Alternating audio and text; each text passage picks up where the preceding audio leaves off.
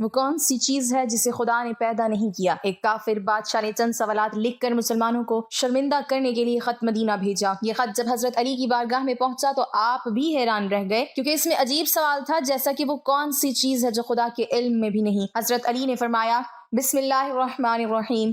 ناصرین، اللہ تعالیٰ نے حضرت علی رضی اللہ تعالیٰ عنہ کو عقل و خرد کی اس قدر عرفہ و اعلیٰ صلاحیتوں سے نوازا تھا کہ جو مسائل دوسرے حضرات کے نزدیک پیچیدہ اور لا ینحل سمجھے جاتے تھے، انہی مسائل کو وہ آسانی سے حل کر دیتے تھے۔ اکابر صحابہ اکرام رضوان اللہ علیہم اجمعین ایسے اوقات سے پناہ مانگتے تھے کہ جب کوئی مشکل مسئلہ پیش آ جائے اور اس کے حل کے لیے حضرت علی رضی اللہ تعالیٰ عنہ موجود نہ ہو۔ ایک دفعہ یہودیوں کی ایک جماعت حضرت علی رضی اللہ تعالیٰ عنہ کے پاس آئی اور وہ حضرت علی رضی اللہ تعالیٰ عنہ کے علم اور دانائی کے مقام سے واقف تھے۔ وہ نادان یہ سوچ کر آئے تھے کہ اگر کسی طریقے سے وہ حضرت علی رضی اللہ تعالیٰ عنہ کو علمی بنیاد پر شکست دے دیں تو اس سے مسلمانوں کو شرمندگی ہوگی اور ہر طرف ہمارا ڈنکا بجنے لگے گا۔ اس یہودی جماعت نے یہ بھی منصوبہ بنایا کہ ہم نہ صرف آپ سے سوال کریں گے بلکہ آپ سے سوال آپ کی کتاب یعنی قرآن مجید سے نہیں بلکہ اپنی کتاب یعنی تورات سے کریں گے۔ اس جماعت نے من ہی من میں یہ سوچ لیا تھا کہ اگر حضرت علی رضی اللہ تعالیٰ عنہ ہماری شرائط کے مطابق تورات سے جواب دینے پر راضی ہو بھی جاتے ہیں تو یہی ہماری جیت ہوگی، لیکن کیسے؟ ناظرین، یہودیوں کی اس جماعت کا ماننا کچھ یوں تھا کہ حضرت علی رضی اللہ تعالیٰ عنہ بہرحال حضرت محمد صلی اللہ علیہ وسلم کے ماننے والے ہیں اور حضرت محمد صلی اللہ علیہ وسلم پر قرآن پاک نازل ہوا، تو یہ بات ممکن نہیں کہ حضرت علی رضی اللہ تعالیٰ عنہ کسی سورۃ تورات کے سوالوں کا جواب تورات سے ہی دے سکیں۔ ناظرین، یہودیوں کی جماعت کا سربراہ جس کا نام راسل جالوت تھا، اس کی زیر قیادت یہ جماعت حضرت علی رضی اللہ تعالیٰ عنہ کے پاس آئی تھی۔ راسل جالوت بولا، اے علی، ہم لوگوں نے آپ کے علم کا بہت چرچا سنا ہے۔ حضرت علی کرم اللہ وجہ الکریم مسکرا کر بولے، تو کیا اس بات کی تصدیق کرنے آئے ہو؟ راسل جالوت بولا، ہم آپ سے چند سوالات کریں گے، آپ کو ان سوالوں کا جواب ہماری کتاب تورات سے دینا ہوگا، اور اگر آپ نے سب کے سامنے ہمارے سوالوں کے جواب دے دیے تو ہم آپ کو باب العلم مان لیں گے۔ حضرت علی کرم اللہ وجہ الکریم نے مسکرا کے جواب دیا، میں فی الحال اس بات سے بالکل غافل ہوں کہ تم لوگ کیا سوالات کرو گے اور تم کیا سوچ کے آئے ہو۔ اگر میں تمہارے سوالوں کے جواب دینے میں کامیاب ہو گیا تو کیا تم لوگ دین اسلام قبول کرو گے؟ یہودی اس بات پر آمادہ ہو گئے کہ اگر ان کے تمام سوالوں کے جواب انہیں تورات سے مل گئے تو وہ یہودی مذہب چھوڑ کر اسلام قبول کر لیں گے، اور یہ اس بات کی دلیل ہوگی کہ جن سے آپ نے علم سیکھا ہے وہ یقیناً اللہ کی طرف سے بھیجے گئے سچے نبی ہیں۔ ناظرین، اب تمام معاملات طے پا چکے تھے اور پورا مجمع خاموش ہو کر بیٹھ چکا تھا۔ سوالوں کا سلسلہ شروع ہوا۔ یہودی عالم راسل جالوت نے مجمع کی جانب دیکھا اور علم کے تکبر سے بھرپور لہجے میں سوال کیا، اے علی، یہ بتائیے کہ وہ کون سی چیز ہے جو خدا کے لیے نہیں ہے؟ یہودی یہ جانتے تھے کہ مسلمانوں کی کتاب میں درج ہے کہ ہر چیز اللہ کے لیے ہے اور اس بات کا جواب حضرت علی کے لیے دینا ناممکن ہوگا۔ مجمع میں بیٹھے تمام افراد سوچ میں ڈوب گئے کہ کائنات میں کوئی ایسی چیز بھی ہے جو اللہ کے لیے نہ ہو۔ تب حضرت علی رضی اللہ تعالیٰ عنہ نے بغیر کسی توقف کے فرمایا کہ تم جاننا چاہتے ہو کہ وہ کون سی چیز ہے جو اللہ کے لیے نہیں ہے، تو اس کا جواب شرک ہے۔ اللہ ہر قسم کے شرک سے پاک ہے۔ تمام مجمع جو بیٹھا سن رہا تھا بے ساختہ واہ واہ کہہ اٹھا۔ ناظرین، اب راسل جالوت نے دوسرا سوال کیا، اے علی، یہ بتائیے کہ وہ کون سی جگہ ہے جہاں اللہ موجود نہیں ہے؟ حضرت علی نے اس کو فوراً جواب دیا کہ اللہ تعالیٰ ہر جگہ موجود ہے۔ اس پر راسل جالوت بولا، اس سوال کا جواب آپ ہمیں ہماری کتاب سے دیں۔ حضرت علی رضی اللہ تعالیٰ عنہ نے فرمایا کہ کیا تمہاری کتاب میں یہ نہیں لکھا ہے کہ حضرت موسیٰ علیہ السلام کے پاس ایک فرشتہ آیا اور حضرت موسیٰ علیہ السلام نے اس سے پوچھا کہ تم کہاں سے آئے ہو، تو اس نے جواب دیا کہ میں 7ویں آسمان سے آپ کے پاس حاضر ہوا ہوں۔ اتنے میں حضرت موسیٰ علیہ السلام کے پاس دوسرا فرشتہ آیا۔ حضرت موسیٰ علیہ السلام نے اس سے پوچھا کہ تم کہاں سے آئے ہو، اس نے جواب دیا میں زمین کے 7ویں طبق سے آپ کے پاس حاضر ہوا ہوں۔ حضرت موسیٰ علیہ السلام نے پہلے فرشتے سے پوچھا 7ویں آسمان میں تمہارے قریب کون تھا؟ فرشتے نے جواب دیا میرے قریب میرا رب تھا۔ حضرت موسیٰ علیہ السلام نے زمین سے آنے والے دوسرے فرشتے سے پوچھا تمہارے قریب کون تھا؟ اس نے جواب دیا میرے قریب میرا رب تھا۔ تو اس سے یہ معلوم ہوا کہ بلندیوں کی انتہا ہو یا گہرائیوں کی انتہا،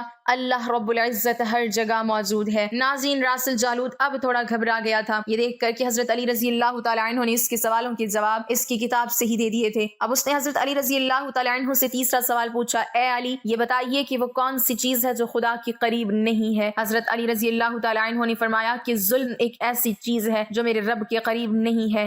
ناظرین، اب راسل جالوت نے پے در پے شکست کھانے کے بعد اپنے سوالوں کا زاویہ بدل لیا۔ اب اس نے علمی سوال کے بجائے تاریخی اور سائنسی سوالوں کی طرف اپنا رخ موڑ لیا اور بہت ہی تکبر بھرے انداز میں اس نے پوچھا، اے علی، اس چشمے کا نام بتائیں جو زمین پر پہلی مرتبہ جاری ہوا۔ حضرت علی کرم اللہ وجہ الکریم بولے کہ اس چشمے کو چھوڑو، پہلے یہ بتاؤ کہ تمہارے دل میں کیا ہے، اور تمہارے دل میں یہ ہے کہ وہ چشمہ بیت المقدس کی ایک چٹان کے نیچے ہے۔ راسل جالوت کے منہ سے بے ساختہ ہاں نکلا تو حضرت علی بولے کہ آج اپنی اصلاح کر لو، کیونکہ زمین پر بہنے والا پہلا چشمہ وہ نہیں جسے تم لوگ سمجھتے ہو۔ بلکہ زمین پر بہنے والا پہلا چشمہ وہ ہے جس سے حضرت خضر علیہ السلام نے پانی پیا، اور یہی وہ چشمہ ہے جس سے آب حیات جاری ہوا۔ ناظرین، راسل جالوت اب مزید گھبرا گیا تھا۔ اس نے گھبراہٹ میں حضرت علی رضی اللہ تعالی عنہ سے ایک اور تاریخی سوال کیا، اے علی، یہ بتائیے کہ وہ کون سا پتھر ہے جو آسمان سے پہلی دفعہ اتارا گیا؟ حضرت علی نے جواب دینے سے پہلے ایک جملہ کہا، یقیناً تم لوگوں کے ذہنوں میں پہلا پتھر وہ ہے جو بیت المقدس میں نصب ہے، لیکن تم اس بات کو کیوں بھول جاتے ہو کہ خانہ کعبہ بیت المقدس سے کہیں پرانا ہے، اور ہجر اسود اسی وقت نصب کیا گیا جب خانہ کعبہ پہلی دفعہ تعمیر ہوا تھا، اور وہی پہلا پتھر ہے۔ یہودی آپ کے جوابات سن کر ہمت نہ کر سکے کہ انہیں غلط قرار دیں، کیونکہ وہ ہر جواب انتہائی دلیل کے ساتھ دے رہے تھے اور ان کی اصلاح بھی کرتے جا رہے تھے۔ اب کی بار راسل جالوت نے ایک صاحب سے سوال پوچھا۔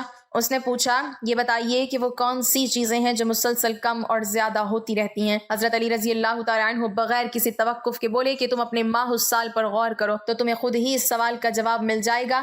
راسل جالوت نے پوچھا، وہ کیسے؟ آپ نے فرمایا، کوئی دن اگلے دن کے برابر نہیں ہوتا، اسی طرح گزشتہ رات اگلی رات کے برابر نہیں ہوتی۔ یہی وہ دو چیزیں ہیں جو مسلسل کم اور زیادہ ہوتی رہتی ہیں۔ راسل جالوت نے جواب سن کر حضرت علی رضی اللہ تعالیٰ عنہ سے ایک اور سوال کیا کہ زندہ رہنے کی پہچان سانس لینا ہے، کیا کائنات میں کوئی چیز ایسی بھی ہے جو سانس لیتی ہے مگر زندہ نہیں؟ حضرت علی نے فرمایا کہ صبح جب نکلتی ہے تو سانس لیتی ہے، حالانکہ صبح کے پاس نہ روح ہے نہ جان۔ یہ سن کر وہ جلدی جلدی بولا، اچھا یہ بتائیے کہ دنیا میں وہ کون سی جگہ ہے جہاں سورج کی کرنیں ایک دفعہ تو پڑی لیکن دوبارہ اس جگہ کبھی سورج کی کرنیں نہیں پہنچ سکیں؟ حضرت علی رضی اللہ تعالیٰ عنہ نے فرمایا، ہاں، یہ سمندر کی وہ جگہ ہے جہاں سے حضرت موسیٰ علیہ السلام اور ان کی قوم گزری تھی، اور سمندر اللہ تعالیٰ کے حکم سے 2 حصوں میں تقسیم ہو گیا تھا۔ بس اس قافلے کے گزرتے ہوئے سورج کی کرنیں اس جگہ ضرور پڑی تھیں، لیکن اس کے بعد سورج کی کرنیں کبھی بھی وہاں نہیں پہنچ سکیں۔ ناظرین، جواب پاتے ہی اس نے حضرت علی رضی اللہ تعالیٰ عنہ سے پھر سوال کیا کہ یہ بتائیں کہ وہ کون سی 2 چیزیں ہیں جو ہمیشہ غائب رہتی ہیں، اور وہ کون سی 2 چیزیں ہیں جو ہمیشہ حاضر رہتی ہیں؟ حضرت علی رضی اللہ تعالیٰ عنہ نے فرمایا کہ آسمان اور زمین کی طرف دیکھو، یہ دونوں تمہیں کبھی غائب نظر نہیں آئیں گے، یہ دونوں ہمیشہ حاضر رہتے ہیں، اور موت اور زندگی کو ڈھونڈو تو تمہیں ان کے بارے میں کبھی پتہ نہیں چلے گا کہ وہ کہاں ہیں اور کب آ جاتی ہیں۔ اگلا سوال راسل جالوت نے یہ کیا کہ اے علی، یہ بتائیے کہ وہ کون سی چیز ہے جس کا خالق خود اللہ ہے مگر اسی کے بارے میں خود سوال بھی کرتا ہے؟ حضرت علی بولے، حضرت موسیٰ علیہ السلام کا عصا مبارک کا خالق خود اللہ ہے، اور اس عصا کے بارے میں اسی نے خود موسیٰ علیہ السلام سے سوال بھی کیا اور پوچھا کہ موسیٰ، یہ آپ کے ہاتھ میں کیا ہے؟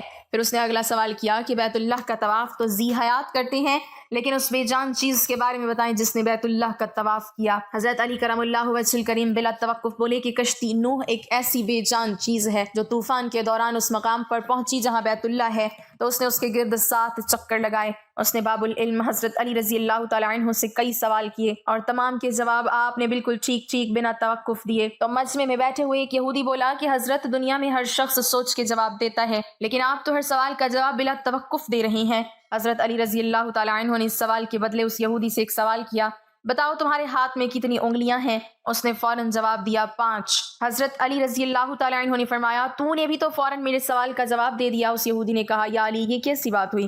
مجھے معلوم ہے کہ میرے ہاتھ میں 5 انگلیاں ہیں۔ یہ سن کر حضرت علی رضی اللہ تعالیٰ عنہ نے مسکراتے ہوئے کہا، مجھے بھی یہ سارے علم ایسے ہی معلوم ہے جیسے تجھے یہ معلوم ہے کہ تیرے ہاتھ میں 5 انگلیاں ہیں۔ یہودی نادان نہیں جانتے تھے باب العلم کے پاس کائنات کے رازوں کا علم ہے، لیکن جب انہیں تمام سوالات کے جوابات ٹھیک ٹھیک مل گئے تو راسل جالوت سمیت تمام گروہ نے کلمہ پڑھا اور سب کے سب دائرہ اسلام میں داخل ہو گئے۔ مناقب علی میں علامہ ابن جوزی لکھتے ہیں کہ حضرت عمر فاروق جب خلافت کی مسند پر بیٹھے تو انہوں نے یہ بات کس وقت کہی تھی کہ میں اس مشکل وقت سے اللہ تعالیٰ کی پناہ چاہتا ہوں جس کے حل کرنے کے لیے حضرت علی رضی اللہ تعالیٰ عنہ میرے پاس موجود نہ ہوں۔ اس کے جواب میں علامہ صاحب خود ہی لکھتے ہیں کہ ایک دفعہ کیسر روم نے چند سوالات لکھ کر مسلمانوں کے خلیفہ حضرت عمر کے پاس بھیجے۔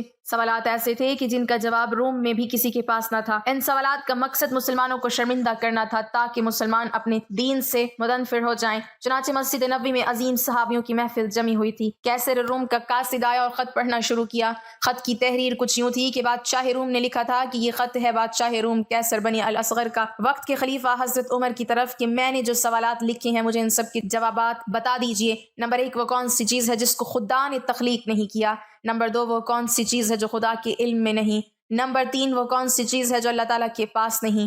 وہ کون سی چیز ہے جس کے سب بال ہی بال ہیں؟ وہ کون سی چیز ہے جس کا صرف منہ ہی منہ ہے؟ وہ کون سی چیز ہے جس کے صرف پاؤں ہی پاؤں ہیں؟ وہ کون سی چیز ہے جس کی صرف آنکھیں ہی آنکھیں ہیں؟ وہ کون سا بندہ ہے جس کا خاندان نہیں؟ وہ کون سی چیز ہے جو شکم مادر میں نہیں ہے؟ وہ کون سی بے جان چیز ہے جو سانس لے سکتی ہے؟ وہ کون سی بے جان چیز ہے جو سانس نہیں لے سکتی؟ ناقوس کی آواز کا معنی کیا ہے؟ وہ کون سی چیز ہے جس میں ایک مرتبہ پرواز کی؟ وہ کون سی چیز ہے جس پر صرف ایک بار سورج چمکا؟ وہ کون سا درخت ہے جس کے سایہ کو تیز رفتار سوار 100 سال دوڑ کر بھی عبور نہیں کر سکتا؟ وہ کون سا درخت ہے جو دھوپ اور پانی کا محتاج نہیں؟ دنیا میں اس کی مثال کیا ہے؟ جنت کے برتن جن میں مختلف قسم کے کھانے ہوتے ہیں، جنتی لوگ ایک دوسرے سے ملتے ہیں، دنیا میں اس کی مثال کس طرح کی ہے؟ جنت کے سیب سے حوریں برآمد ہوں گی لیکن ان میں ذرہ بھر کمی بھی واقع نہیں ہوگی، دنیا میں اس کی مثال کیا ہے؟ جنت کی چابیاں کیا ہیں؟ حضرت عمر نے خط پڑھتے ہی فرمایا کہ اس کا جواب تو صرف برادر رسول باب العلم حضرت علی رضی اللہ تعالیٰ عنہ دے سکتے ہیں، چنانچہ خط ان کی طرف بڑھا دیا گیا۔ حضرت علی رضی اللہ تعالیٰ عنہ نے لکھا، بسم اللہ الرحمن الرحیم، اما بعد، تیرا خط وصول ہوا، میں اپنے رب اور اپنے پیارے پیغمبر حضرت محمد صلی اللہ علیہ وسلم کی برکت سے آپ کو ان سوالات کی جوابات دے رہا ہوں۔ وہ چیز جو مخلوق نہیں، وہ خود خدا ہے کہ جس کو اللہ نے پیدا ہی نہیں کیا۔ وہ چیز جس کا اللہ تعالیٰ سے کوئی تعلق نہیں، وہ یہ بات ہے کہ اللہ تعالیٰ کا فلاں بیٹا ہے، حالانکہ خدا واحد ہے، خدا نہ کسی کی اولاد ہے اور نہ خدا کی کوئی اولاد ہے۔ وہ چیز جو اللہ تعالیٰ کے پاس نہیں، وہ ظلم ہے۔ اللہ تعالیٰ کا فرمان ہے کہ خدا اپنے بندوں پر کبھی ظلم نہیں کرتا۔ وہ چیز جو صرف بال ہی بال ہیں، وہ ہوا ہے۔ وہ چیز جس کا صرف منہ ہی منہ ہے، وہ آگ ہے۔ اور وہ چیز جس کی صرف پاؤں ہی پاؤں ہے، وہ پانی ہے۔ وہ چیز جس کی صرف آنکھیں ہی آنکھیں ہیں، وہ سورج ہے۔ وہ شخص جس کا کوئی خاندان نہیں، وہ صرف حضرت آدم علیہ السلام ہے۔ وہ چیز جو شکم مادر میں نہیں رہی، 5 یہ ہیں۔ نمبر 1 حضرت آدم علیہ السلام، نمبر 2 حضرت حوا علیہ السلام، نمبر 3 حضرت اسماعیل علیہ السلام کی قربانی کا دمبا، نمبر 4 حضرت موسیٰ علیہ السلام کا عصا، اور نمبر 5 حضرت صالح علیہ السلام کی اونٹنی۔ وہ بے جان چیز جو سانس لیتی ہے، وہ صبح ہے۔ ناقوس کی آواز کے معنی یہ ہیں، حق ہے، حق ہے، ٹھہرو ٹھہرو، خدا عادل ہے اور وہ سچا ہے۔ کوہ طور پر وہ پرندہ جس نے ایک مرتبہ پرواز کی تھی، دریائے نیل کی سرزمین پر سورج ایک بار چمکا ہے، جس جگہ پر حضرت موسیٰ علیہ السلام نے اپنا عصا مبارک مار کر رستہ بنایا تھا، وہ درخت جس کو میں اگر تیز رفتار کے ساتھ بھی چلوں تو 100 سال تک بھی پار نہیں کر سکتا۔ وہ شجر طوبہ کا درخت ہے جس کی شاخ جنت کے ہر محل میں جاتی ہے۔ دنیا میں اس کی مثال سورج ہے کہ جس کی کرن ہر گھر میں پہنچتی ہے اور تمام زمین اس کی روشنی سے روشن ہو جاتی ہے۔ وہ درخت جو پانی کے بغیر اگایا تھا، وہ درخت ہے جو حضرت یونس کے لیے اگایا گیا تھا۔ اللہ تعالیٰ نے ارشاد فرمایا، ہم اپنے پیارے حبیب کے لیے کدو کی بیل اگاتے ہیں۔ جنت کے برتن میں بے شمار قسم کے انعامات ہوں گے، وہ ایک دوسرے سے الگ الگ ہوں گی۔ ان کی مثال ہم دنیا میں مرغی کے انڈے کی لے سکتے ہیں کہ جس میں سفید اور زرد دونوں پانی شامل ہوتے ہیں لیکن ایک دوسرے سے ملتے نہیں۔ جنت میں جو سیب عطا کیا جائے گا اس سے حور برآمد ہوگی۔ اس کی مثال ایسی ہے جیسا کہ سیب سے کیڑا باہر نکلتا ہے لیکن اس میں کمی واقع نہیں ہوتی۔ وہ چیز جو دنیا میں سب کے لیے برابر ہے، چاہے وہ مومن ہو یا کافر ہو، لیکن آخرت میں وہ صرف اور صرف مومن کو عطا کی جائے گی۔ وہ کھجور کا میوہ ہے جسے آخرت میں صرف مومن ہی کھا سکے گا، جبکہ دنیا میں اسے مومن اور کافر دونوں یکساں استعمال کر سکتے ہیں۔ جنت کی چابیاں کلمہ توحید ہے۔ ابن مصیب سے مروی ہے کہ خط بادشاہ روم کو ملا، اس نے خط پڑھ کر کہا کہ میرے سوال کی جواب صرف اور صرف خاندان رسول سے ہی مل سکتے تھے۔ پھر دریافت کیا کہ یہ جواب کس اعلیٰ ہستی نے دیے ہیں؟ ایلچی نے جواب دیا کہ ان سوالات کے جوابات مولا علی ابن ابی طالب رضی اللہ تعالیٰ عنہ، جس کو حضرت محمد صلی اللہ علیہ وسلم نے علم کا دروازہ کہا ہے، اس شخصیت نے یہ جواب دیے ہیں۔ یہ خط پڑھنے کے بعد کیسر روم نے حضرت علی رضی اللہ تعالیٰ عنہ کو خط لکھا کہ مجھے آپ کا ارسال کیا ہوا خط مل گیا ہے۔ وہ پڑھ کر مجھے یقین ہو گیا ہے کہ آپ اہل بیت ہیں اور رسالت کا قیمتی خزانہ ہیں، آپ ہی حقیقی شجاعت اور علم کے وارث ہیں۔ کیسر روم نے اپنے دوسرے خط میں لکھا کہ میری یہ خواہش ہے کہ آپ مجھے مذہب اور دین کی مزید معلومات بھیجیں۔ میں خاص طور پر روح کی وضاحت چاہتا ہوں جس کا ذکر خدا تعالیٰ نے اپنی کتاب قرآن مجید میں کیا ہے۔ اے نبی، لوگ روح کے بارے میں تجھ سے پوچھتے ہیں، تم انہیں بتا دو کہ روح میرے پروردگار کا امر ہے۔ یہ روح کیا چیز ہے؟ مولا علی رضی اللہ تعالیٰ عنہ نے جواباً خط میں یہ لکھا کہ اما بعد، روح ایک نورانی نقطہ ہے اور ایک غیر مرئی مخلوق ہے جس کو اللہ نے اپنی قدرت کاملہ سے پیدا فرمایا ہے اور اپنے خاص خزانے سے نکال کر اپنی ملکیت میں رکھا ہوا ہے، اور یہی روح ہی اصل میں ہر چیز کا سبب زندگی ہے، اور ہر روح جاندار کے پاس ایک وقت مقررہ تک امانت ہے۔ جب اس کی مدت مکمل ہو جاتی ہے تو خدا اسے واپس اپنے پاس بلا لیتا ہے۔ اللہ پاک ہمیں بہتر عمل کرنے کی توفیق عطا فرمائے اور ہمیں ایمان کی دولت سے مالا مال کرے، آمین۔ ناظرین، کمنٹ باکس میں اللہ تعالیٰ کی 99 ناموں میں سے ایک نام ضرور ٹائپ کریں۔